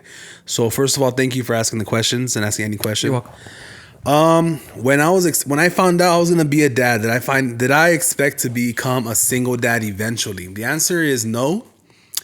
Coming from my parents have always been together. They never divorced. They're still together. So coming from a household that has both mom and dad, I thought that was the right thing to do. I wanted to give my son what I experienced, right? And even though my parents fought a lot and they would like scream and bitch over sorting a lot of crazy shit, the cops were never involved in shit like that, but shit will go down that it was a little bit like, I guess you could say I was scarred from a little bit of it. Trauma. Yeah, I was traumatized. Thank you. That's the word. At the end of the day, I never went without a dad, never went without having a house, a roof over my head, right? So when I found out I was going to be a dad, I thought the correct thing to do was like get married, move out, and just go all in. Yeah. You feel me? As far as being a dad and being a man of a house. You mean, and you say that from a traditional aspect, yeah or no? Yeah, because my parents never broke up, always been together. Both my grandparents are still together to this day. A lot of my aunts from one side of the family are all single moms. A lot of people from my dad's side of the family are married and together. And I grew up with kids. That never met their dad. Their dads left. They got a divorce. A lot of single family home, single parent home households, right? Yeah. And I see how it affected them as like one day you're just a regular kid and then your dad leaves the house and like, where's your dad? Oh, he left. And then as a kid, sometimes I feel fucked up asking my homies like, hey, fool, where's your dad at? Did your dad leave? Like me being so... it's a privilege. Like so blind to the fact that like how lucky I am that my dad never left our house. But like, man, all of my friends, if I think about it, all of my friends on my block have single parent households. And how much it affected them, you feel me? That's nuts when you think about that, right? Like I'm the only one. It boggles your mind. I'm the only one that the parents stay together. Yeah. And that goes for other kids too. Like I have some people from high school that I went to school with that their parents were together. Most of them were going through shit in high school. Imagine like you're in middle school and high school, you're going through all these hormonal changes as a man, becoming a man, and then your parents leave. But basically going back to your... Figuring yourself out. Yeah, basically going back to your shit. I expected... My plan was to get married, have kids, have more kids, have a family, go to work, do my own thing. And what sucks in my situation is the person that I had a baby with didn't really give a fuck about that. You feel me? Shit. She was more into like being in the streets. And I get it, man. When I met her, I was super involved in the streets. I thought I was a street hood star. You feel me? Put it to perspective, like your age... considering your age, because I feel like that has a lot to do with it. Yeah, so when my son was born, I was 20 and she was 18. When I met her, I was 19. She was like 17. Yeah, and then on the contrary, in my experience, my firstborn, I was 27. Yeah, see, I wish I would have started having kids now. Like, I feel like for a man, at the age of 30, it's the perfect time to start having kids. Biologically, I'm not sure if I have the best sperm to have kids or I'm in the best shape to have kids. Maybe for girls, the younger they have kids, the better the egg or whatever. But biologically, men we could spread the seed anytime, bro. Facts. But for the women, they have there's a biological clock. Yep. Yeah. But yeah, bro. So I thought I was gonna go through the whole family and be everything. Now I'm 30. I'm divorced. I'm a single father. I've had my son, full custody of my son since he was 4. He's 11, about to be 12 this year. But did I expect myself to be here now? No. Am I lucky to have him and not have to deal with my baby mama and I don't have any baby mama drama because she's just not in the picture at all. You feel me? Sorry to cut you off, but how does that make you feel? You live in California. You're in your late 20s. How old are you again? I'm 31. You're 31 years old. You live in California. You work. You have full custody of your son. How does that make you feel? Like, what sort of emotions go on in your head, that head of yours? You know, because you're a talented guy. You know, everyone makes mistakes. You've told me a bit about, you know, where you coming from, your past, and everyone makes mistakes. We live in the greatest country in the world, and everyone knows that California is not favorable of the man. Yeah, every time I tell somebody like, "Oh, I'm a single dad, I have full custody," they fucking start asking 1,000 questions. Like, how did you get full custody? What is the whole, like, what happened? And honestly, like, it's just situational for me. You know, I just had, when it comes to like my household versus her household, my household was just more cemented and stable. Like, my mom helps me out a lot. My dad helps me out a lot. Yeah. My mom doesn't work. My brother and my sister, man, they take my son to Disneyland, to Legoland, Chuck E. Cheese. I have a nephew who's the same age as my son. So that's my brother's kid, right? My nephew. My brother takes my son everywhere. I just have the support system in place to really raise my son as best as I can. And that's just, I think that's what it came down to. Who has the better household and the better support system to raise our son? Right. Because if I would have sent it with her, she don't drive, she don't have a job, she don't have the same support system I have. He would have been raised in a different type. Like, my son lives a life of a fucking resources. Yeah, my son lives a life of a fucking millionaire. Like, this fool fucking goes to school, plays on a travel baseball team, has fucking video games he could touch. He has a cell phone. He goes on trips. He does this. He does that. He gets to experience food and life on a different level that even me, as like a middle class kid growing up with an older brother and older sister and younger brother, even though we thought we were living good, my son lives a 10 times better life than we ever did. Because he's the only kid, and he was the oldest, like, nephew, the oldest grandkid. So no, I didn't expect this to happen. He was the first grandkid born. Yeah, that's a but big my deal. nephew, my nephew was born 6 months later, so it's not a huge difference. But at the end of the day, he's the oldest. Technically, he was the first one. Your dad and your mom, that's like the golden boy. Yeah. So my parents love him, man. My parents love my son more than they love me. You can see the love. You can it's a trip. You can see the love, it's bro. It's a trip because, like, back in the day, if you know, my son be out of line sometimes, and I want to spank him. I want to put him in line the way my dad used to, and they're like, no le pegues. Your mom and dad, hey, leave him alone. He's just a baby. I leave think that him is alone. such like, what bullshit, dog. Like, you hypocritical motherfuckers. You off, I be telling them all the time. I don't give a fuck. Like, if people know me, you know me. I don't give a fuck. Like, you were saying that when you were fucking my ass. Yeah, what happened to all those fucking? I got whipped with the belt 1,000 times and shit. Bro, if one of us fucked up, like me, my sister, me, or my little brother, if one of us fucked up, we all got hit. Like, that was the rule.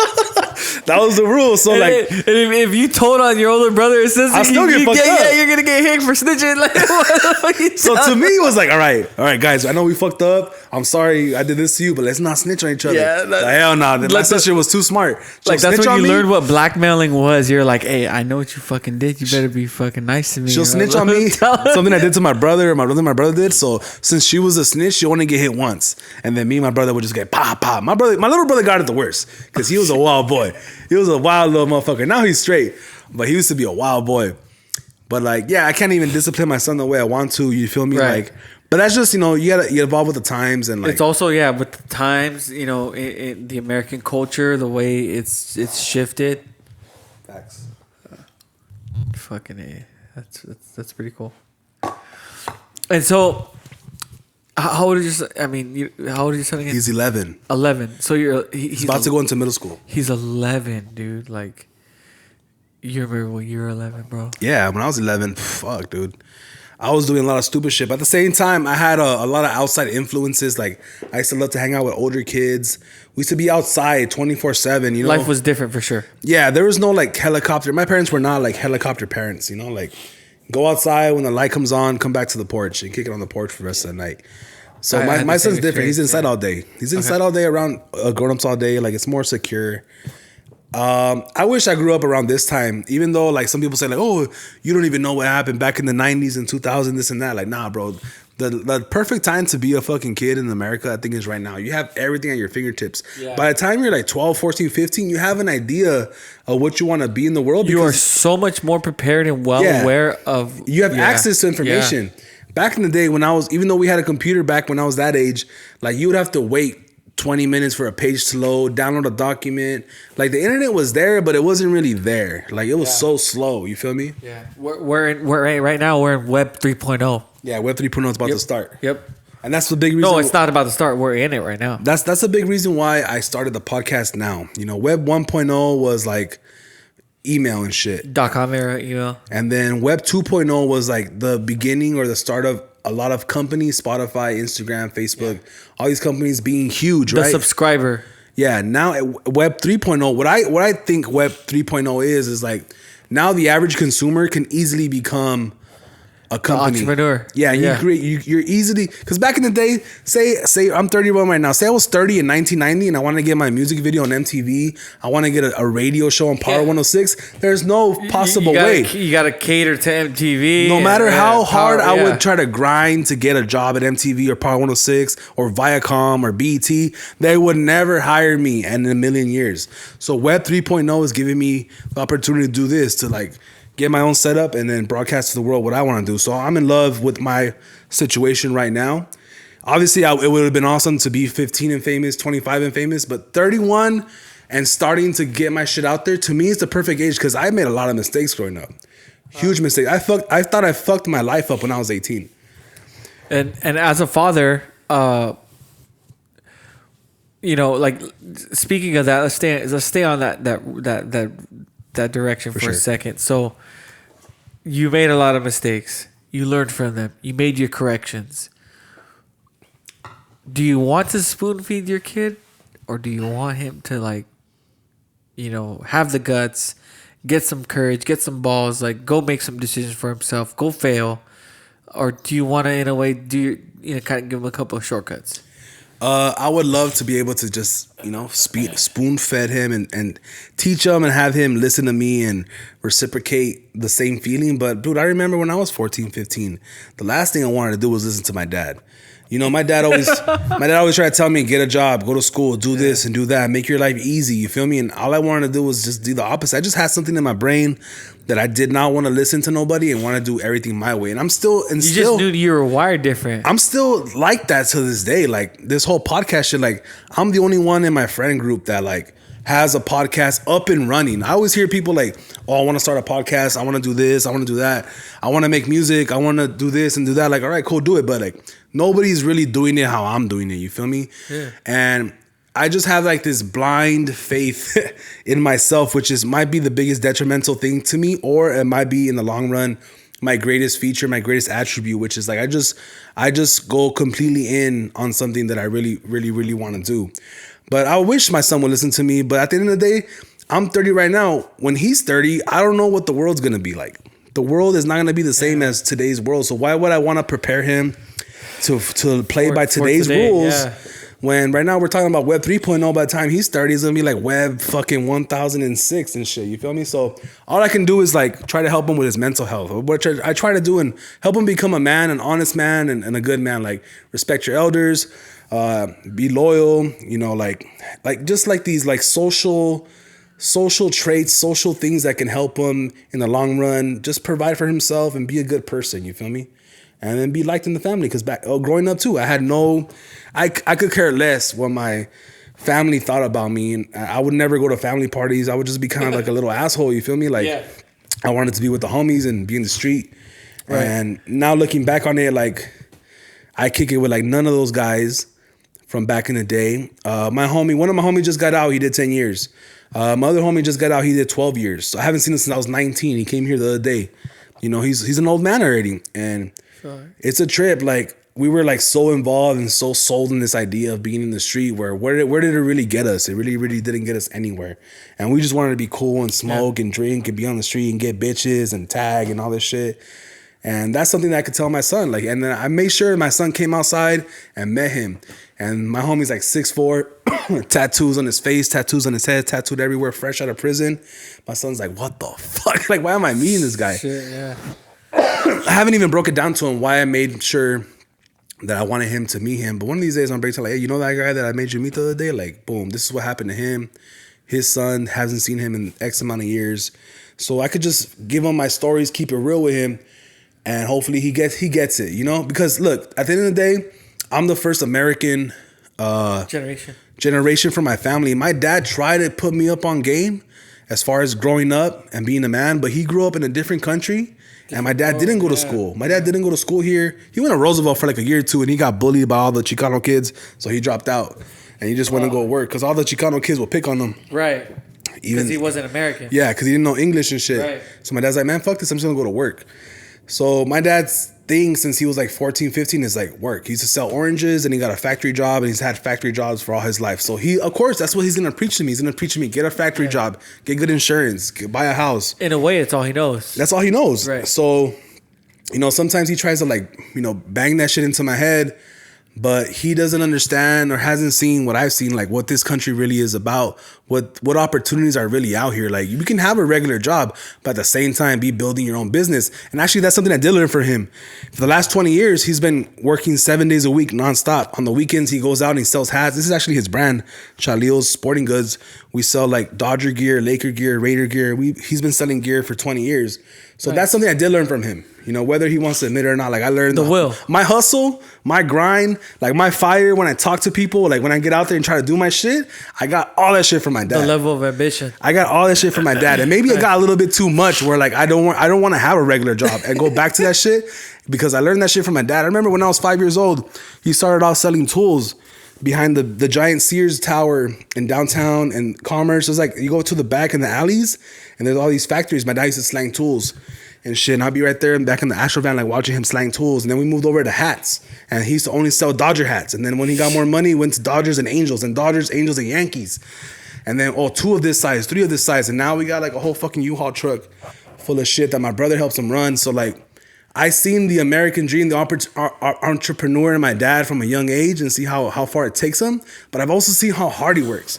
And something about my dad is like, he's a very mechanical, old school type of guy. He still writes in notebooks. I got him on an iPhone. He don't even use that shit. Like, he's just old school. But anyways, like the whole thing about parenting is like, you can try to teach your son all these lessons, but you're teaching him like lessons from 20, 30 years ago. So it's a tough thing to do. No one's perfect, and and my dad used to always tell me this: when you're born, they don't give you a handbook on how to raise a child, how to raise a man. You just do the best you can. So if I ever fucked up, I'm sorry. I'm like, hell yeah, you fucked up. Hey, at least he's letting you know, hey, my expectations, like I'm fucking figuring it out myself too. Hell yeah. You know? Now that he's getting older, he got sick recently. Man, my dad lost like 50 pounds in a month and shit. He looks like all brittle and shit. And it's crazy to walk through the living room and see him with a fucking cobija on, fucking asleep. My dad has no more hair. He lost all his hair. My dad used to have nice hair and shit. It's a trip to see, like, I used to be so scared of my dad. I feel like his hands were bigger than like fucking people's fucking faces. Like, and now he looks all small and little. And like, It's a trip, dog. It's a trip to see where you start and where you end up at.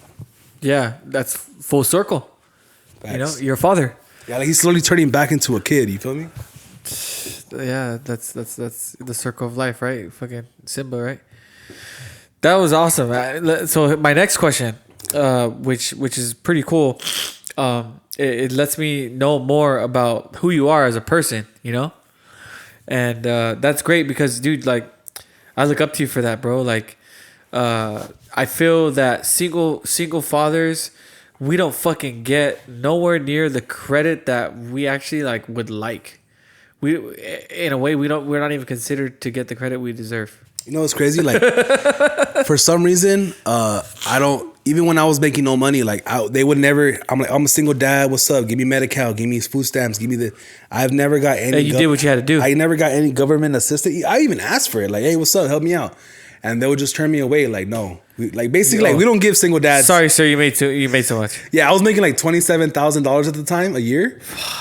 Bro, like 30 G's a year, like even with a kid, with another mouth to feed plus you. Exactly, like that's nothing, bro. They wouldn't even give me food stamps. They wouldn't give me Medi-Cal. They wouldn't give me shit. Like I basically had to be not working, homeless for them to help me out. So that's another thing too. Like girls get like food stamps, EBT, fucking Section 8, like on the quickness, cash aid, like all this shit, and like. I did that shit like my EBT, my Section 8 was my parents, my brother and sister, who thank God all of them are doing really good and they were able to help me out. And one of the biggest things is like babysitting. Like my mom has like sometimes my son will call her mom, my mom by accident, or I'll tell like my son like, hey, don't tell that to your mom. I mean like your grandma, because dude, my mom basically raised my son. Like he's like the mom, he's like the mother figure. When I'm all at, because I always had a fucked up job where I go in at fucking 8 and I get out at 8. Like I've always had some stupid ass jobs where like I'm not really here a lot. You feel me? That required your time. Yeah, like to drive. I'm either driving far or working 12 hours a day or doing like shit where like I wish I could be a stay at home dad and just be in my son's life all the time, you know, and not be tired all the time, which is another thing. You have a 2-parent household. Oh, the husband just got home from work. He's gonna eat and take a nap. Boom, the mom's gonna be there. Like, no, bro. Like, I get home, I'm fucking tired, bro. I want to sit down and just kick it. Right. My son's like, hey, let's go play catch. Take me here. Take me to Chuck E. Cheese. Take me to Disneyland. Like, he's young. He don't understand like what it is to be like. There's only one of me. You feel me? And you're doing your best. I think most fathers do their best to like shield their young son from like the real world's gonna like. You're gonna eat you alive. You gotta work, bro. For me, since he was little, I've always tried to keep it real with my son, because I don't believe in like shielding your kids from the truth, because then they grow up and then sheltered. Yeah, they live like this fake ass life. Like I always try to keep it real with my son. Sometimes I feel like I keep it too real with him, and he like doesn't get to experience or live. Like sometimes I see my nephew. And he still believes in like these fairy tales, and his life is so great and crazy. And my son, like we driving away, and he goes, "Man, this fool's fucking dumb." Like this fool still thinks this. Your and son that. is so fortunate and grateful in that moment. Yeah, like he's like 11, but he's going on like 27. You feel me? He's like, sometimes I forget that. I don't forget, but sometimes it feels like he's not even my son. Like he's like my little homie or my little brother that I try to break game off of. And like.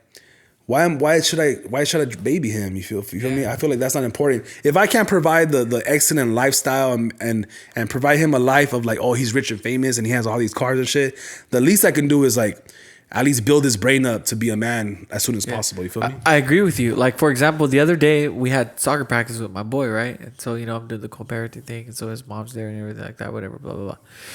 I'm just being the parent on the sideline. She does her thing. She coaches and stuff like that. So my son's on the team. He's playing, but he's not getting in the game. And I'm just like looking at him like, dude, like, yeah, you're out there playing, but you're not impressing me, man. Like, go out there and compete.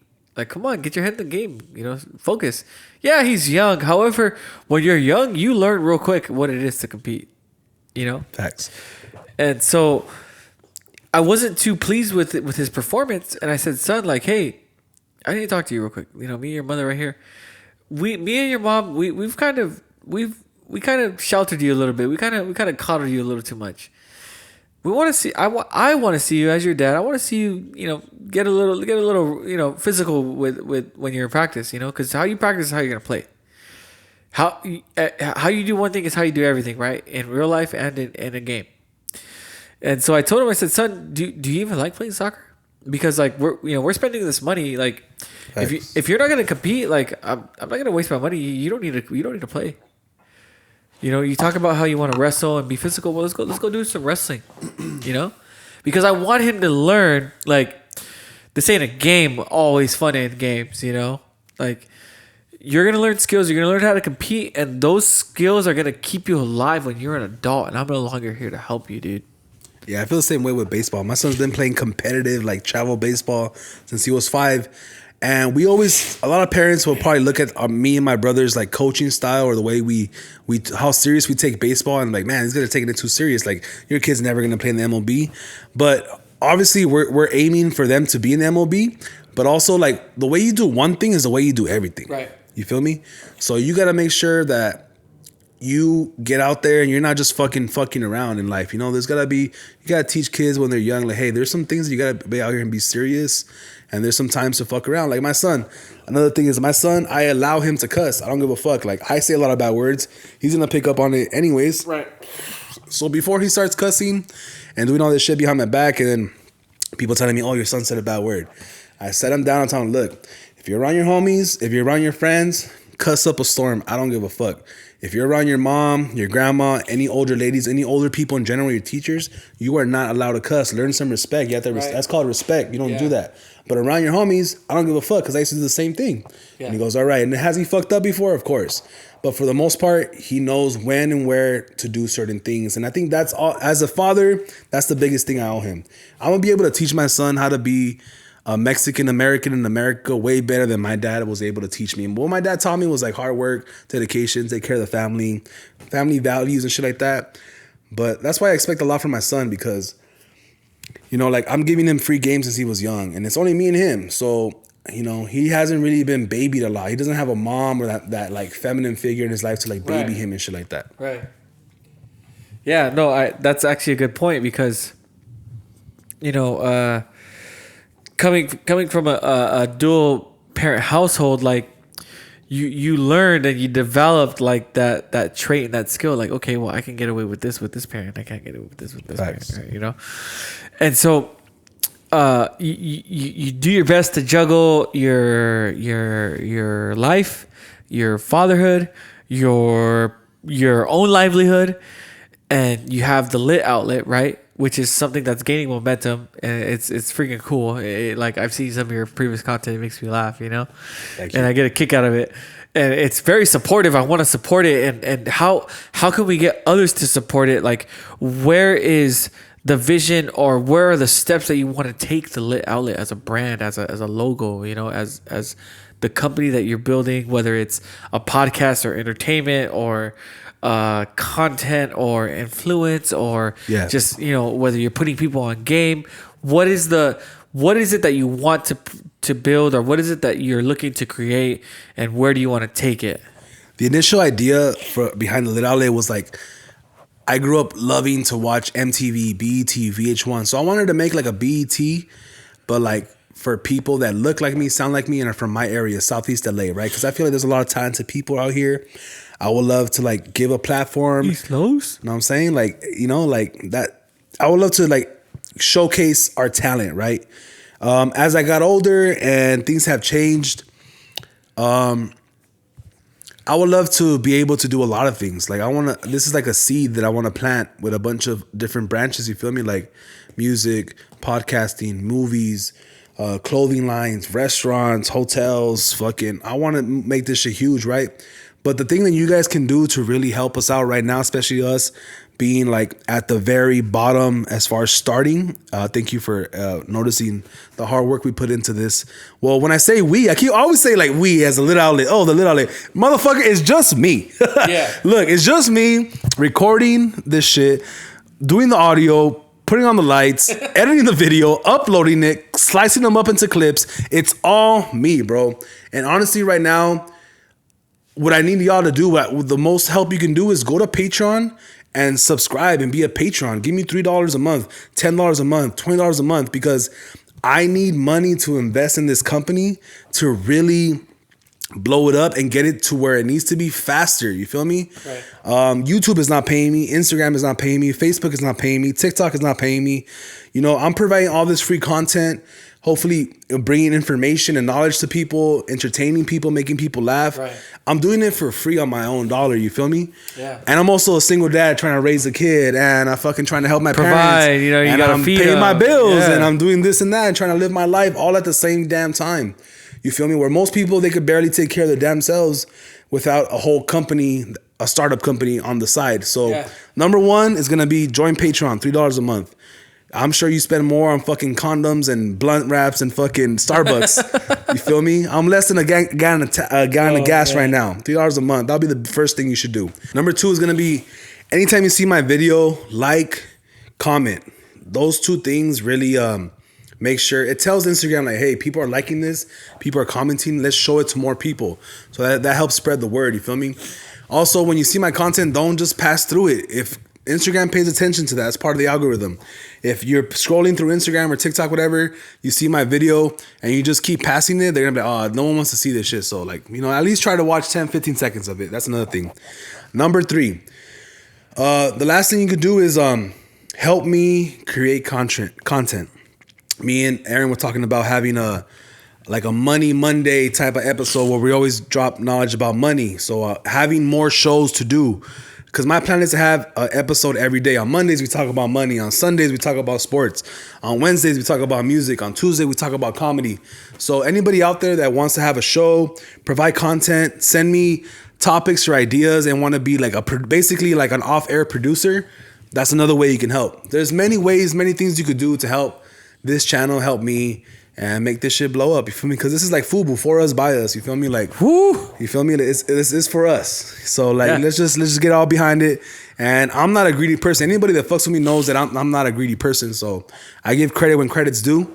Shout out to Aaron for coming all the way from Riverside. Thank you, sir, for being a part of this episode and breaking bread. And we got into a lot of personal things. And he also brought a lot of knowledge and a lot of game to the channel. So thank you so much for that. Appreciate it. The lit outlet. You know what I'm saying? So likes, subscribe, share, everything. I'm going to have a contest pretty soon as far as a Patreon contest. I'm not sure what I'm going to give away, either a free interview. Whoever wins gets interviewed, or free merch. But anybody who subscribes to the Patreon in March is going to be entered in that contest. Yeah, and once again, to tap in with me, mostly right now, my content is produced and posted on Instagram at _Aaron_Cash Flores. That is _Aaron_Cash Flores. And basically, like I said, I'm here to provide content about how to make money. You don't necessarily have to get involved with a business like mine. However, I would love to enroll as many people into my program to get on the path to understand how insurance and life insurance works and how you can benefit from it, how you can benefit from it directly, and how your family can help themselves too, and at the same time be able to spread the knowledge of being financially literate and on your P's and Q's when it comes to your money and how it works for you. I think I found the name to our Monday episode, Financially Lit. Financially Lit. Oh, I like it. I like it. I like it. That's hard. Financially Lit. So that's dope. I'll tell you what, you could catch us on one of these upcoming Mondays. I'm gonna let him produce his shows, but if he wants to incorporate me, we're gonna start the Financially Lit Mondays. All right. Hell yeah! So stay tuned to that shit. Thank you for watching. Shout out to everybody. I'm on my way to Hops and Barley right now to go catch a beer with the homie. And always don't forget to keep it lit with the lit outlet. Sheesh! I like that. Let's end it on that. We out.